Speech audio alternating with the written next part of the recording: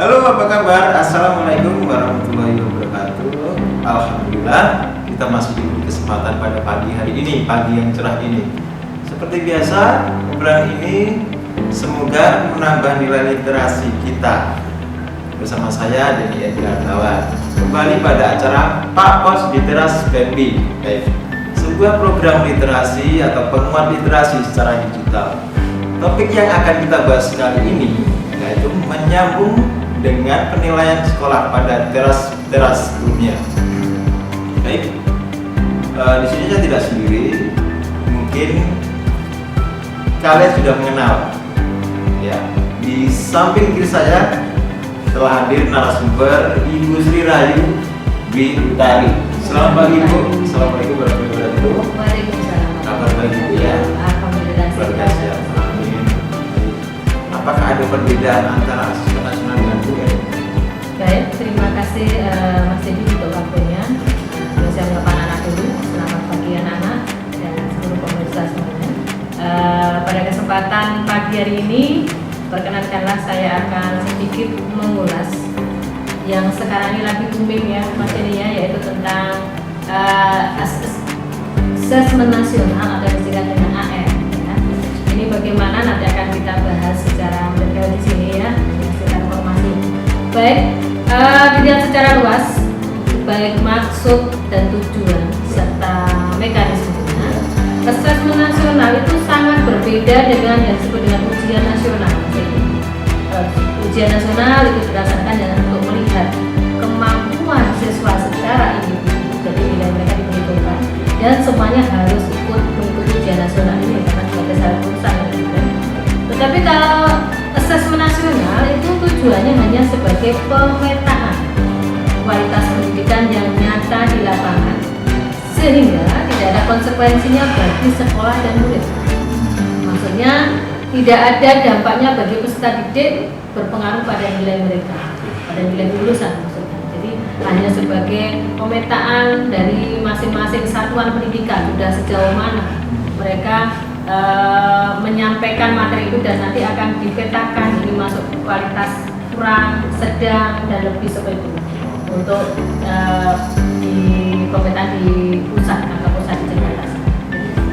Oke, jadi AN sendiri di sini sudah memiliki tujuan yang berbeda dengan UN. Berbeda, sangat jauh berbeda. Oke.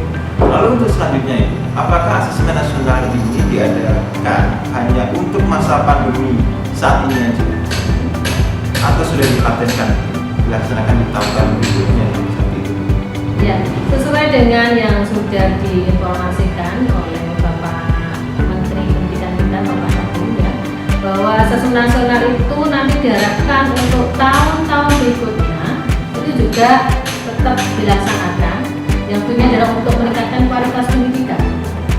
Namun tidak menutup kemungkinan jika apabila terjadi revisi akan menyesuaikan dengan pelaksanaan asesmen sesuai dengan keadaan sekolah. Jadi kita belum tahu apakah ini nanti akan berlanjut karena saat ini AN sendiri itu adalah merupakan yang pertama kali dilaksanakan.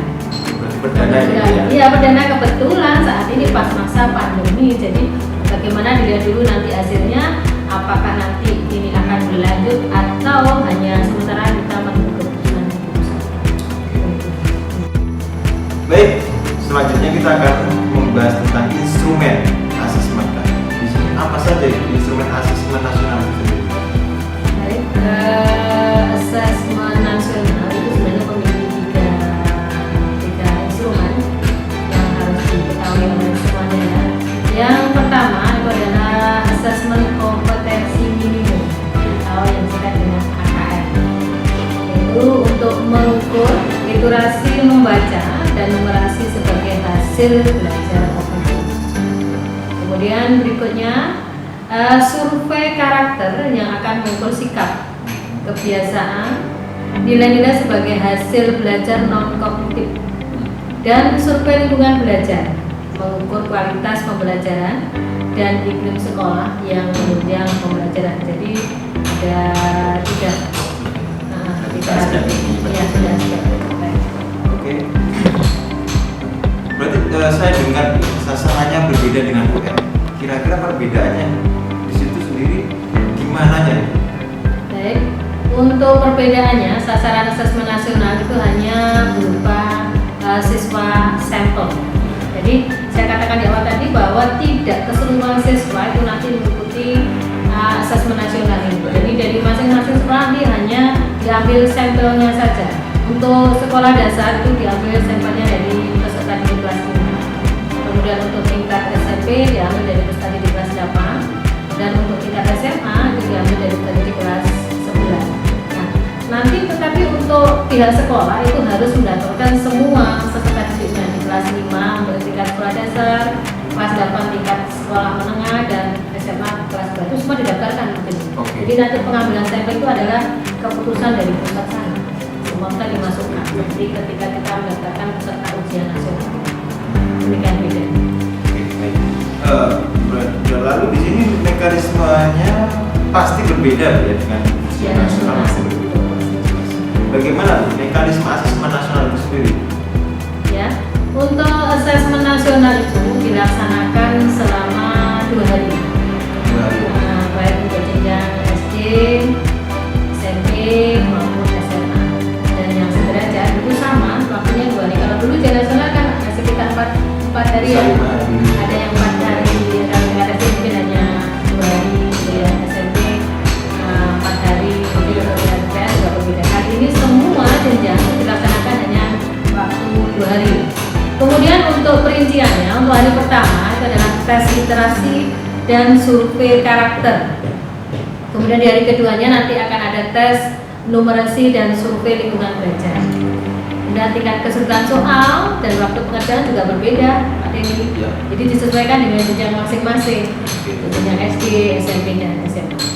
Ya, berarti di sini kesimpulannya tidak hanya setelah SMP, SMA saja, berarti SD, SMP, SMA semua mendapatkan seperti itu. Iya, mendapatkan asesmen nasional. Kalau UN sendiri, Bu, kan hasilnya bisa digunakan untuk menentukan lulusan itu. Iya. Kalau AKM hasilnya digunakan untuk apa itu? Baik, kalau ujian nasional itu kan pesertanya semua, jadi semua harus mengikuti. Nah, nilainya nanti juga berpengaruh pada hasil kelulusan mereka. Tetapi berbeda dengan asesmen nasional ini. Saya katakan tadi di awal bahwa pesertanya hanya sampling saja, sampel saja. Jadi hasil AKM ini nanti akan digunakan hanya sebagai pemetaan untuk mengetahui kualitas pendidikan dan upaya perbaikan yang akan dilakukan oleh suatu satuan pendidikan itu sejauh mana. Jadi tidak ada pengaruhnya pada peserta didik. Jika sampel sekolah ada yang kurang, ya nanti akan dipetakan. Ini termasuk sekolah yang dari grade-nya hasilnya anak-anak. Oh, ini grade-nya sudah masuk grade sedang, ini sudah masuk grade rendah, ini sudah masuk grade tinggi. Nah, untuk itu anak-anak itu juga harus belajar. Tidak pengaruh di nilai saya, tidak, jangan seperti itu karena akan berpengaruh pada lembaga sekolah itu. Oke, berarti kesimpulannya di sini, walaupun itu ada rendah, sedang ataupun tinggi, ya tetap belajar. Betul, karena harus tetap semangat belajarnya, harus semaksimal mungkin. Karena ini akan berhubungan dengan Grade kualitas, dari sekolah, kualitas dari sekolah. Baik, Ibu. Jika semua sekolah ada yang kurang memuaskan itu, lalu apa tindak lanjut sendiri? Baik, laporan hasil AKM nanti akan dapat membantu memetakan hasil kompetensi siswa. Pihak sekolah beserta guru akan melaksanakan perbaikan dalam kegiatan pembelajaran berikutnya. Jadi hasil itu dianalisa dulu. Oh, ternyata mapel ini yang kurang, maka bagaimana untuk meningkatkan nilai dari peserta didik tersebut? Karena ini akan masuk ke dalam pemetaan dari tingkat pusat pendidikan. Baik, Ibu. Di sini mungkin Ibu Utari sendiri bisa memberikan sebuah katakan harapan bagi saya apa? Mungkin entah wawasan, gagasan buat peserta yang telah melihat dan menyaksikan acara. Baik, harapan saya setelah anak-anak mendengarkan sedikit ulasan tentang asesmen nasional ini, yang pertama adalah terutama peserta didik kelas 8 tidak perlu panik menghadapi asesmen nasional yang merupakan uji coba yang pertama kali ini diluncurkan ya oleh Mas Menteri. Nggak perlu panik karena ini nanti tidak akan berpengaruh pada nilai kalian, tapi berpengaruhnya pada satuan pendidik tempat kalian belajar. Kemudian yang kedua, tetaplah belajar dengan semangat untuk meraih nilai yang terbaik, karena hasil asesmen nanti akan menjadi pengukuran bagi satuan pendidikan kalian. Kalau kalian nilainya hasilnya bagus, baik, maka akan mengangkat sekolah kalian. Ya, wajah harapan saya untuk anak-anak untuk menghadapi asesmen nasional. Iya. Ya, kalian tidak perlu panik, tetap belajar. Semua pasti ada jawabannya seperti itu. Hasil tidak akan ya, proses tidak akan mengkhianati hasil begitu teman-teman. Baiklah, terima kasih kepada Ibu Tari atas penekanannya, wawasannya, gagasannya pada hari ini pada acara Fakultas Pendidikan Asesmen Nasional. Semoga bisa bermanfaat bagi kalian. Tetap jaga kesehatan dan patuhi protokol kesehatan. Sampai bertemu pada Pak Pos di teras PNP berikutnya. Saya Indra Hartawan, pamit undur diri. Wassalamualaikum warahmatullahi wabarakatuh.